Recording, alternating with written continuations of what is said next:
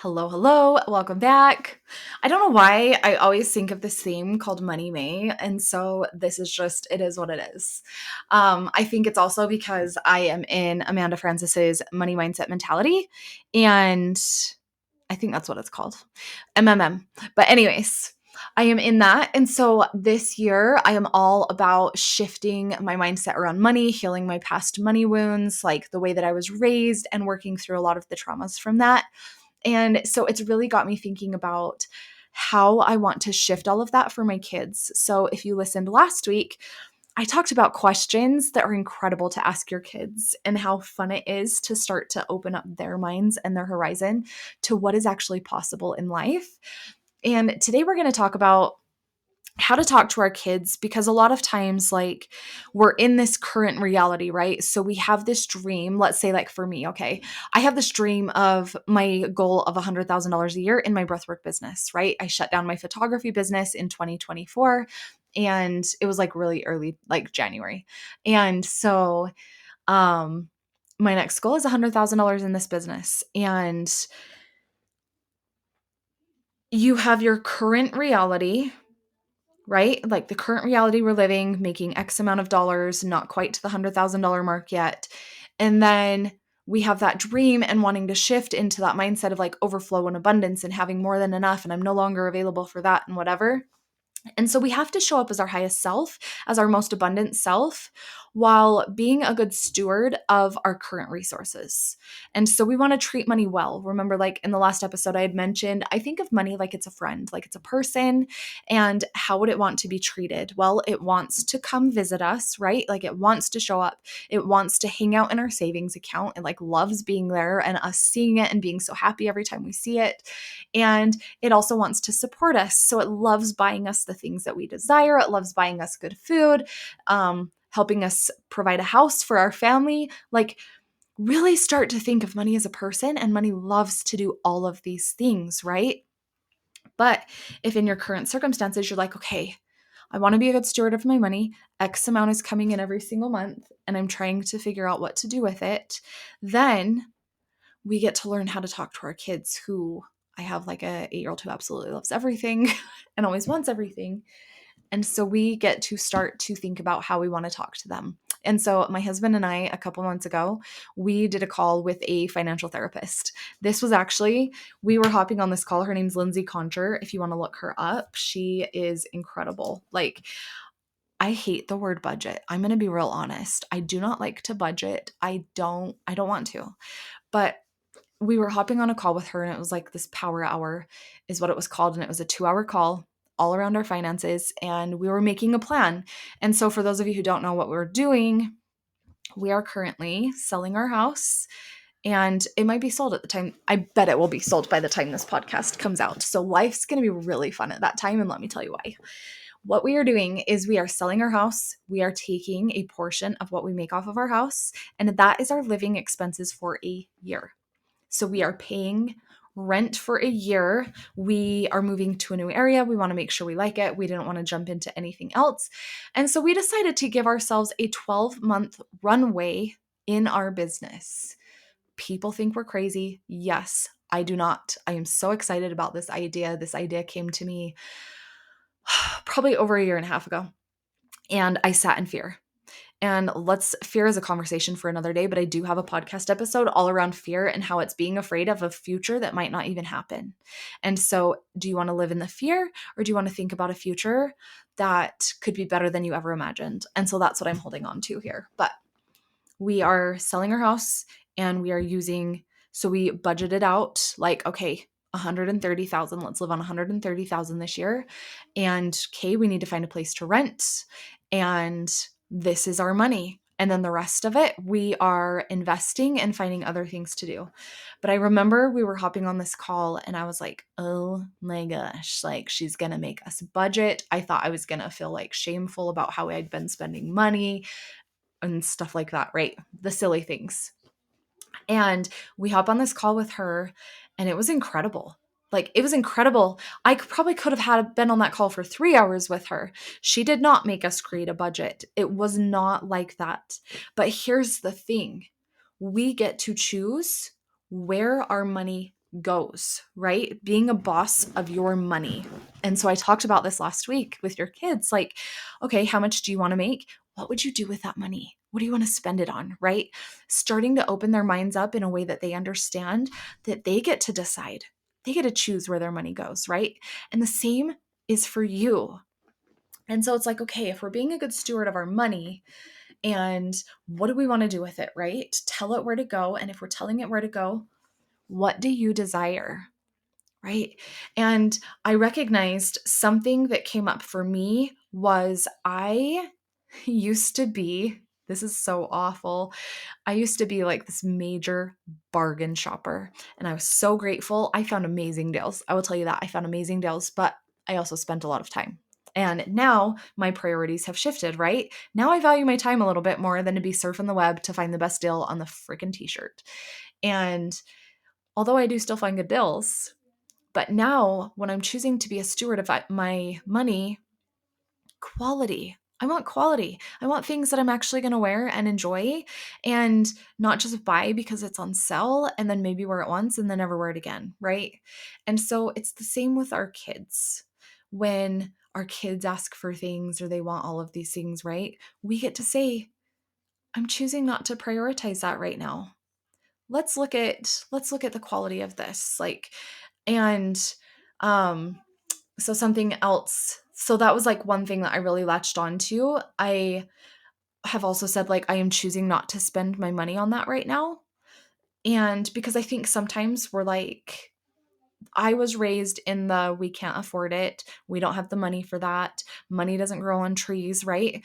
And so this whole Money May month is all around, like, how do we want to raise our kids around money, and what do we want them to believe so that they can take it one step further and better than we started off with. And so showing our kids the quality of something, or teaching our kids like the benefit of, okay, you get like this money for your birthday, you get this money for this. If they do chores at all, my kids make very minimal on chores. It's like $2.50 a week or something. Like um but we want to teach them what the value of it, right? And I don't want them to necessarily get that mindset of like, oh, I have to be an employee, because I want them to have their minds open that like the possibilities are endless for making money for them. Um, but just letting them know, like, I'm choosing not to prioritize that right now. And so my little boy, he wanted this like Pokemon thing. He's really into Pokemon right now, and he really wanted this Pokemon thing at Costco. And it was like $50. And my husband's like, I thought that was like the dumbest decision, but he wanted to spend his own money on it, but he didn't let him. And so I reached out to Lindsay and I was like, hey, what do we do here? Like, what do we do in this situation? And she's like, you know what? Like, help your kids. This is why I wanted to hop on here and share this with you, because it was so helpful for me. But she was like, let your kids make the stupid mistakes on a small scale, right? When we can still teach them and show them, and. And so she's like, okay, they buy a toy, right? They've wanted this toy. They saw it. It was an impulse buy. Let them buy it. And then a week later, when it's sitting in the toy box, because we as moms all know what happens, that shit's going to be in the toy box in a week, and you're not going to touch it or care about it anymore the way that you do right now in the store. And so, anyway, so she's like, then you go pull that thing back out of the toy box and you say, hey, remember when you were so excited to buy this and to play with it? And you spent this money on it, and then now it's like thrown in the toy box and just sitting there. And just help them navigate, like, what moving forward would you like to spend your money on that you think you'll play with even more? And so then the next time they go to make a purchase, right? The next time they're like begging you for a thing in the store, you can say, hey, what else do you think you might like more, or that might last longer, or that you might enjoy so much more? I kind of repeated that twice, and we get to start to teach them these little mini lessons as they grow, so that they get more intentional about where they put their money. They don't just go look for the instant gratification, right? We're in a very instant gratification searching community of people in this world today.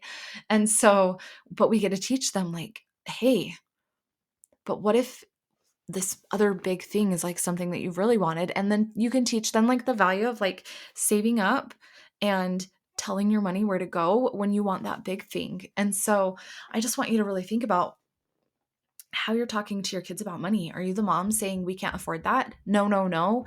And when they ask why not, because I said so, or money doesn't grow on trees, or whatever it is, right? I've heard so many moms saying this to their kids in the store, and it's like, once you know better, you do better. Money does grow on trees, by the way, it's paper. So just so you know that. Can't use that one anymore. But so I want you to really think about like your kids' mindset around money is set by the time they are 8 years old.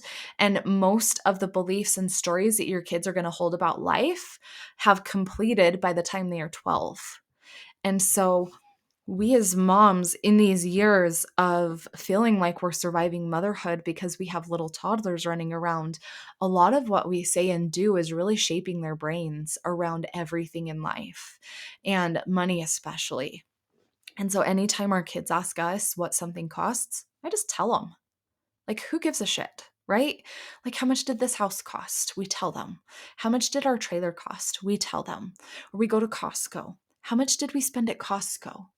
We tell them. They carry the receipt out so that the people can draw a smiley face on it. But they know, right? We don't hide that from them. We don't make money a weird taboo topic. We don't make it a weird subject in our house. We're very open about it. And they'll ask, how much did a vacation cost? How much did our tickets cost? Like, we're getting ready to go on spring break. Well, how much did the Airbnb cost, right? They're just curious, and that's okay. That's okay. I never want them to feel shame around being curious. And I think that we can truly start to shape a whole different world if we as moms start to talk about our kids, talk with our kids about things. And so I just want you to really think about how you want to shift the way that you talk to your kids. What do you believe about life? What do you believe about motherhood? Do you believe that it's supposed to be hard and chaotic and you're supposed to not get a shower before noon and good luck getting a hot meal? Like, I mean, I did spend a lot of time eating cold meals and now it just doesn't bother me, but it was a nursing baby. And so I'd end up nursing right when dinner was done, right? They start crying and it's like, oh, I'll just feed them and then I'll eat after. Um, and it's fine. It didn't feel chaotic. It felt fine. I didn't care. I truly didn't care if I ate a cold meal. My husband thinks I'm disgusting. Now I still don't care. But I want you to think about what are your beliefs and what are you projecting onto your kids, and especially around money. And so if you want better for your kids, you get to start being that example. And so I want you to really think about being that example for your kids. How are you talking to yourself? What are the thoughts that you're holding about yourself? The thoughts that you're holding about money? How do you talk about money in the home? Do you tell your kids, don't worry about it, none of your business? Like, you're shaping their brains. You are shaping their brains, and they're going to carry that with them into adulthood. So I know that's a big task, but it's huge. It is huge. And I promise you that even just the smallest shifts in the way that you talk to yourself, in the way that you think about life, about money, about motherhood, and catching yourself, becoming aware is the first step to change. So this week, I just want you to really notice, what do you say to your kids? What do you think about all of the things in life, right? All the necessities. What do you think about yourself, your body, motherhood, how you're living life, your relationship with your husband or your partner? I want you to think about this, and I just want you to gain an awareness. Keep a notebook, journal at night, write down some of the thoughts that popped up. Some of it might surprise you, and then come share it with me. Like, come share it with me in the DMs. I would absolutely love to hear it. I do have a group coaching program opening up. Ooh, it opened in April, so it's probably closed because I forget these are going out in May. But I coach. This is what I coach on. This is what I do. I help you shift. I help you change your life. I help you change the future of your family's lives and truly create something that feels really good for you, because life isn't worth living if you're feeling shitty and overwhelmed all the time and just barely surviving your days. Nobody wants to show up like that. That used to be me. I was yelling at my kids all the time. I was snapping at my husband. I was miserable in life. We were living paycheck to paycheck. It is not worth it. And I promise you, I come from a complex trauma history. Like, I have CPTSD, complex traumatic post-traumatic stress disorder, and I have shifted. I have shifted a shit ton in my life. I have shifted from within through breath work. I have shifted my mindset, and I've broken the cycle of abuse that I was raised with. And you can do that. And I want you to do that because this is how we raise the next generation of kids.